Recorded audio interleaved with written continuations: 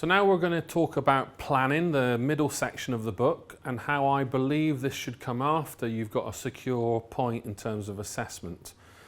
So the objectives for this part, so this is just an introduction, so we're going to look at planning in terms of adopting lesson planning from a cognitive thought process, and how I believe this is developing a habit of thought rather than filling a form. The third point is how we can move lesson planning or our thoughts away from what children are doing more towards what are they learning in class. So it's a small shift, but it's a significant one. So let's just talk about some research. So the first thing, there's some myths I want to just clarify. Because students are busy in the lesson, does it really mean that they're learning anything? Again, if I don't check, I've got no idea. Also, because I'm at the front and I'm all singing and dancing and I look very busy, and if you walk past my classroom, does it look like the students are learning too? So these are kind of myths that we would associate. Then I could go on and on and on, but one more, lessons must have a start or a middle and an end. Most lessons do start with a teacher. The kids get on with something and the teacher hopefully summarises at the end. So most lessons are like that, but if we stipulate that, it becomes a myth or a fad.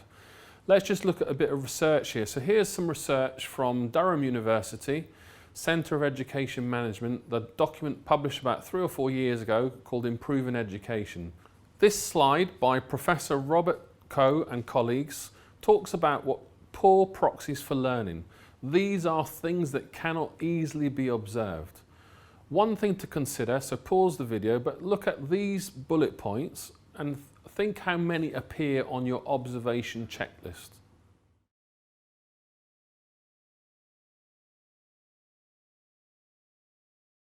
I'll give you an example. Just because students are busy and they look engaged, is that a reliable measure of learning? Probably not. But it looks good, and if I come to observe you, I will tick that and it looks great on an observation form. So it's something to consider when we lesson plan or observe one another. So we're now going to look at 3 chapters of Mark Plan Teach. The first idea, P1, so a cognitive thought process, and then idea 2 and 4, asking ourselves why we teach the material that we do. So here's something to reflect. So this is Tim's summary on cognitive processes that are going through our brain as busy teachers. So on page 65, we know teaching is very complicated.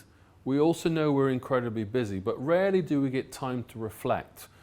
I just want to point out 5 and 6 here, reflecting in action. So when I'm teaching, I am making thousands and thousands and thousands of decisions every single second to determine what to do in the classroom. Rarely do we get reflection in situ, which means I'm away from the children. I might be with colleagues in my school or away at home, and I get to reflect about the things that I've done and how to improve. It's important to consider these 2 different types, because with cognitive overload we can get bombarded, we have less time to think more effectively, and therefore that implicates on our lesson planning. So page 65, pause, have a discussion, and let's move on.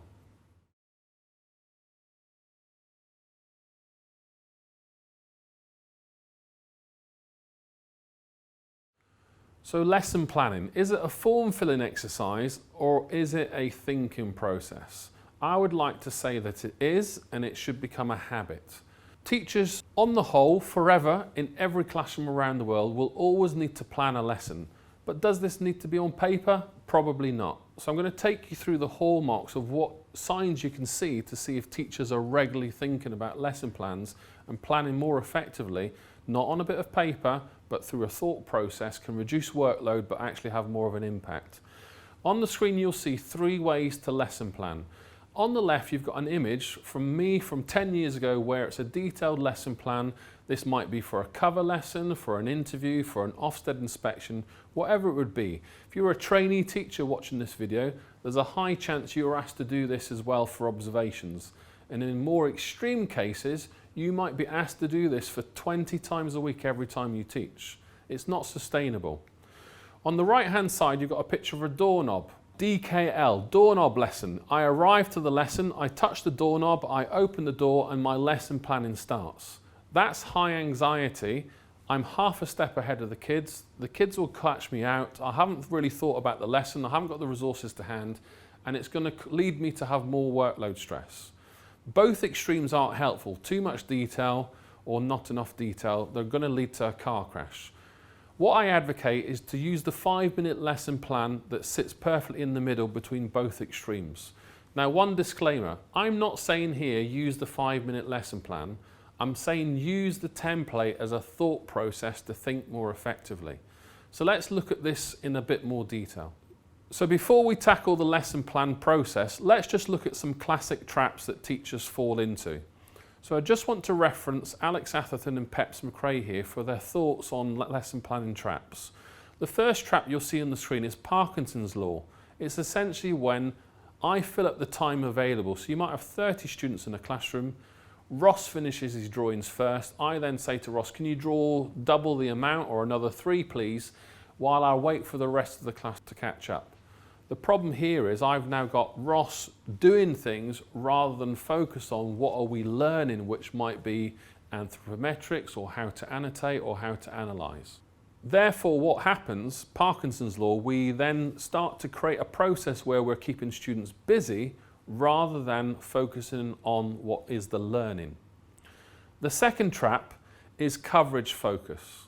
I give you a scheme of work, I ask you to teach all the material within a set period of time, and you don't adapt this scheme of work to meet your students. So a classic example, I teach set 1 maths, you teach set 7 maths, but we have to teach the same scheme of work. Students in set 7 might not be able to cope with the same number of lessons or the depth or whatever it would be, and maybe in set 1 they get through all the material and I need 30 lessons of content. So whatever materials you're using from the curriculum or from another person where you're using someone else's materials, it's very important to adapt it for your own classroom and for your own teaching style. The third and final trap is too much. There's a reason why keep it simple is a popular saying. Too many objectives, too many activities. I failed to break down all the various tasks, and what generally happens is it leads to underlearning. I focus on the times, the sequences, all the things I need to get through, rather than what I want the students to achieve and take away from that lesson. So let's move into a lesson planning activity. Now I'd hope that this will take 5 minutes in keeping with the 5-minute lesson plan. So on the screen, you're going to see the lesson plan template. It's on your pack, so download it. But just pause for a moment. Could you think of a lesson that you're going to teach tomorrow or next week or whatever it might be? Just pause, think about it. And could I then ask you to think about the objective? So here you've got the original 5-minute lesson plan shared 10 years ago. We've got various models now. There's an online version as well. But could you just focus in on the objectives, pause the video, 30 seconds, and record what the objective is for that lesson.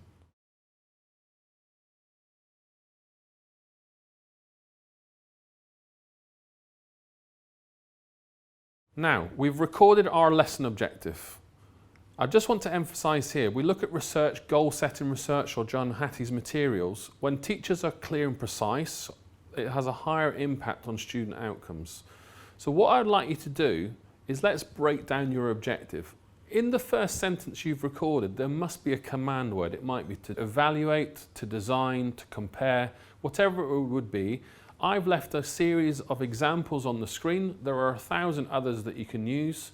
But could you just go back to your objective and underline or circle your command word, and then we'll come back. So now we've considered the first part. We're now going to ask the so why question. And this is how we can move towards stickability. John Hattie calls this teacher clarity. When the 5-minute lesson plan first evolved, it was a post-it note and to visualise learning sticking with kids, taking it away from the lesson and coming back. Let's just explore this a little bit more. So, how to achieve goal setting. You might frame your objectives in terms of all students, most students, some, or who could, should, or Walt or Wilfs, all sorts of various acronyms to try and meet the needs of all your children. I've always used for a long period of time, I will, X, Y, Z, so that. And the so that is a connective. It allows students or myself to provide the reason or the success criteria as to why we're doing something. Something to consider. Again, how you get students to record objectives. It might be that you talk to them and tell them it or remind them throughout the lesson. Or if you're teaching year 1 or year 3 and they're learning handwriting skills, of course, you might want them to practice writing down objectives. But just consider goal setting for a moment. Then let's go back to the plan. So in the objectives box, you've recorded the objective. The big picture on the screen is what's in your head. Now, generally that's only shared when someone comes to observe you. So I'd like to argue here that unless that's required, you don't need to write it down. It's in your lesson plan, it's in your head, it's in a lesson 4, Ross was absent last week, all sorts of permutations. So let's look at the whole lesson plan here. When I did my master's degree 10 years ago, there was 3 key words I took away from the process that I now apply in all my work.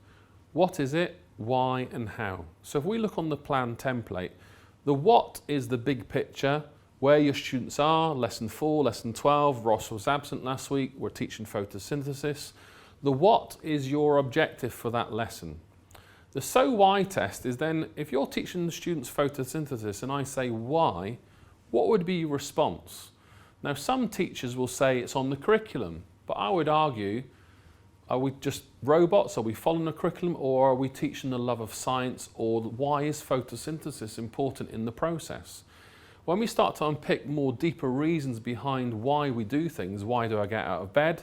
Why am I making this video? Why are you watching this video? We suddenly start to have a cognitive response. So in terms of your objective, what have you written down? If I say why, what would you respond? Could you pause the video and just write down in the stickability box what the response would be?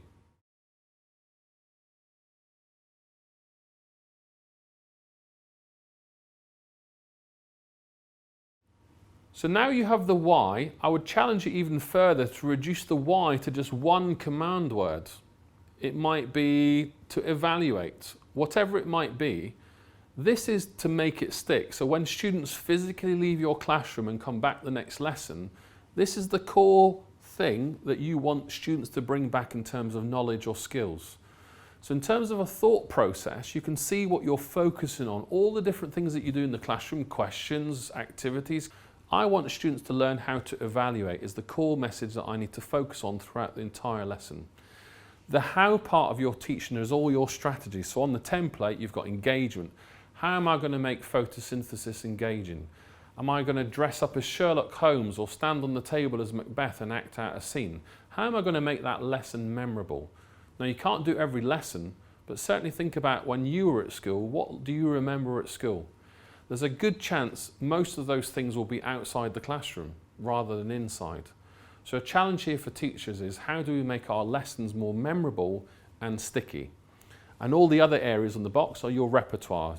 Differentiation techniques, questioning techniques, the sequence of the lesson, managing behaviour and transitions. This is the how part of the lesson plan, all the different methods and strategies that you use in the lesson. So just to summarise stickability, physically, so the 5-minute lesson plan originated from supporting newly qualified teachers. And only last year I had a teacher of 30 years say to me, "Thank you for the 5-minute lesson plan, it saved me leaving the profession." Some schools still insist that their teachers fill in detailed lesson plans, not just for appraisal observations 3 times a year, which still is an abnormal process, but dare I say for every single lesson throughout an academic year, 800 lessons. You can see it's not sustainable. If we think about stickability in terms of what we think the students take away and what's the core thing we want to bring back, for me that's stickability. It's important to remember here that the 5-minute lesson plan evolved from supporting new teachers to the profession. Only last year I had a teacher who'd been working for 30 years who said to me, "Thank you for the 5-minute lesson plan, it saved my workload and it saved me from leaving the profession." It's important to remember this. Your school might insist on detailed lesson plans, or they might ask for lesson plans for appraisal purposes, which happen 3 times a year. It's still an abnormal process. What's not abnormal is teachers thinking about their lesson plans all the time. It doesn't have to be on paper, it's a thought process. So a little bit of research and further reading, 4 points here, I won't go into them all in detail, but on page 71 you'll get a little bit of research and some evidence, further reading from me, in terms of goal setting. When teachers are clear and precise, it has a greater impact on student outcomes. How we set lesson objectives, is it because we need to? Or is it because we want to? Sometimes these things are driven by external forces. I might come to look at all the lessons around the school and I want to see some consistency, and I would ask that every child writes them down and every teacher has them written on the board? Is that helpful in terms of clarity? Is it helpful in terms of teacher workload? Some questions that you might want to consider and discuss with one another.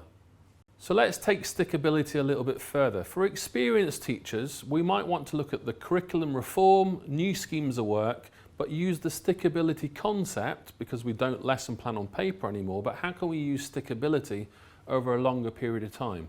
So let's assume I teach a lesson that's got 20 lessons in a scheme. Lesson 1, what's the core thing I want to teach the students? Let's just say it's photosynthesis. What's going to happen in lesson 2? What do I want students to take away? And so on and so forth. Lesson 6, etc. Lesson 11. But at various points, so this is a bit of retrieval practice and space practice here, and it goes back to the concept where if I don't regularly low stake test my children, so quiz them, what do we do in lesson 1 when I'm in lesson 6? If I don't regularly revisit the content, by the time we get to lesson 22 or lesson 30 of the scheme of work, it's not stored in students' long-term memory. So it's important as you go through the curriculum that you're regularly recapping on work that's been taught before. I know that's a great challenge because we have to get through the curriculum for students to get the tests, but it's something to consider if you're experienced and you might want to look at stickability over a long period of time. Let's take it a little bit further. So cognitive processes, so retrieval practice, we might want to consider last month, last week, last lesson, and then in today's lesson with the students we might want to clarify any misconceptions that we've been discussing in lesson over the last month. There's some great research out there, so stickability, so again, teacher clarity. I just got an image there in the corner from the learning scientists. There are 4 female cognitive scientists who produce great pieces of research, documents to use in schools or for classrooms. All sorts of things such as space practice, dual coding, lots of cognitive science to explain how memory works and how we can use these ideas in our teaching to ensure students retain the information that they need for exam performance. So let's just look at lesson planning as a big strategy. 4 questions for you here. Where are the students starting from? Where do you want them to get to? How will you know they're there? And how best will you help them get there? So pause the video, think about this if you're watching it on your own, or if you're watching a group, discuss those 3 or 4 questions, and then we'll move on to the next idea.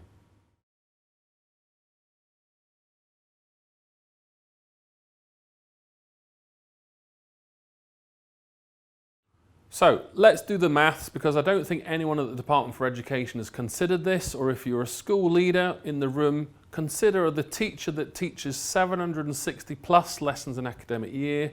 What is the lesson planning process? Now we've got curriculum reform, and some of that might take half a day planning together, but let's just take it as a bog standard lesson that you've taught before, you're comfortable with the plan. How long would it take you to just think about it, set the lesson up, pause the video, have a little think about how long does it take you to plan the average lesson?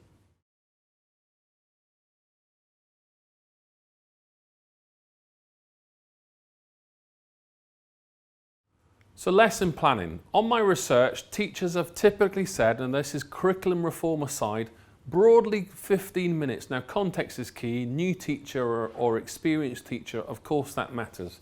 But let's just take a main scale teacher who's in their 3rd or 4th year and is happy and comfortable. They teach 20 lessons a week, 38 weeks of the academic year, so that's 760 lessons.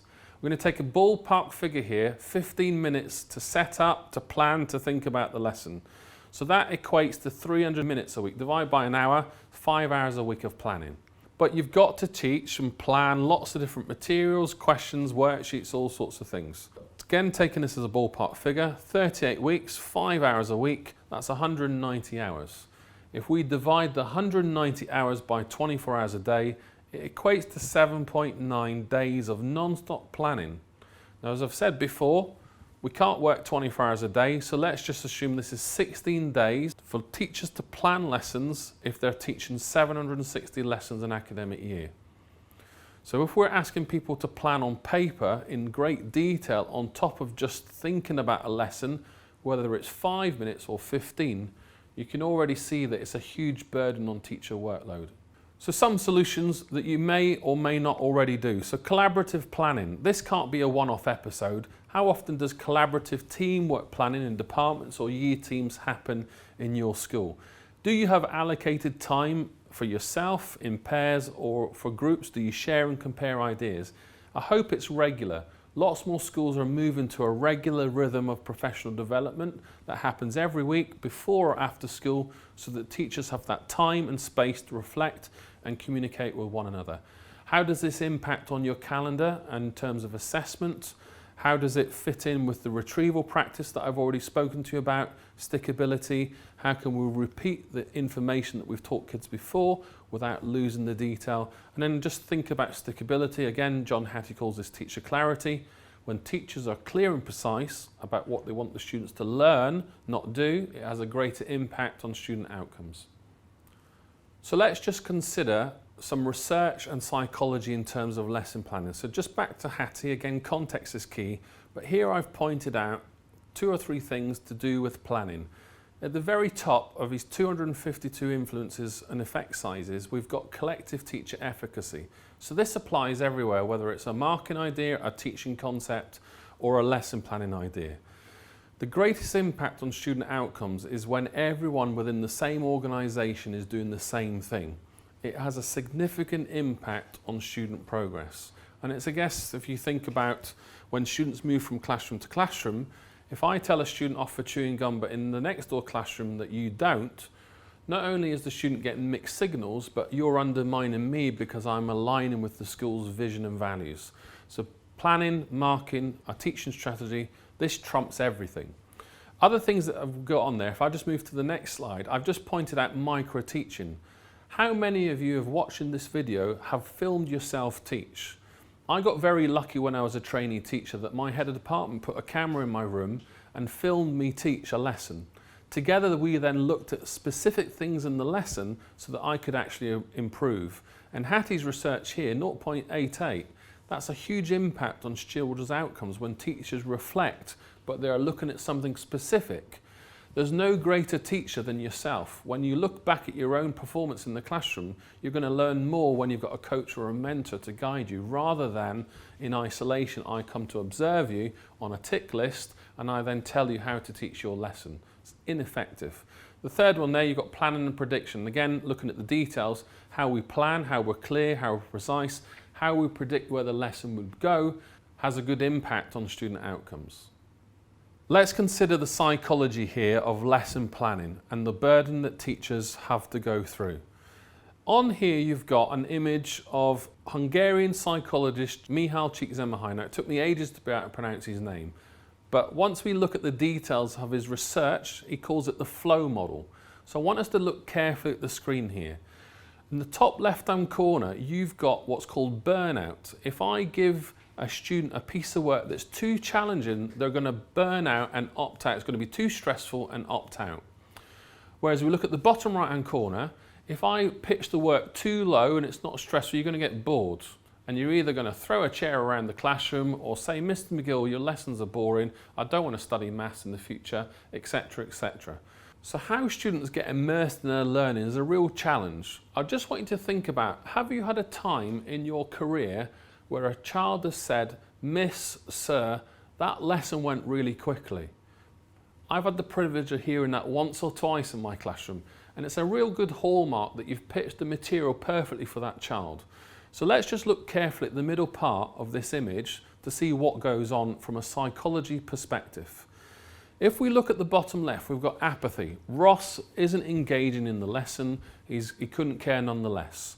But what happens is, if I then am given an intense focus on an activity, which is self-selecting, so this is where teachers start to show their real repertoire here. If I give Ross an activity that he thinks he's chosen, but actually I've carefully selected, so that he feels he has a choice, there's more chance that he's going to be engaged in the activity. What then happens is, if it's got a specific focus, it's got a clear objective, so let's just assume it's the yellow box and I'm redrafting a piece of work, I get immediate feedback. The teacher in the class talks to me immediately, or live marking happens. What would then happen is I get immersed in my learning and I move from apathy to flow. Now what I would advocate here is go onto the TED Talk channel, find Michal Csikszentmihalyi, search for flow model and watch the TED Talk. It's fascinating and it will let you understand what happens in a child when they get lost in your lesson. So something else to consider called the nudge theory. So on page 122 of Mark Plan Teach, or if you don't have a copy of the book, download the available material. Let me just highlight a few things here in the book. UPR, unconditional positive regard. So research psychologist Carl Rogers. If you teach Ross and he's being a bit difficult on a Monday morning or a Friday afternoon, or after 30 weeks together, you still find it quite a challenge. What you say to Ross in the lesson will make or break his love of maths or whatever it would be. So it's very important to remember that we need to dig deep and constantly nudge children's motivation. How we do that in terms of actions, we need to support them irrespectively. So take unconditional positive regard, do a little bit of reading, look at the materials and look at nudge theory versus UPR on page 122 of the book. If you don't have the book, download the available resource. So let's just consider attrition. So we've talked about marking, planning and teaching strategies in the whole book, and the purpose behind this is to reduce teacher workload and improve teacher well-being.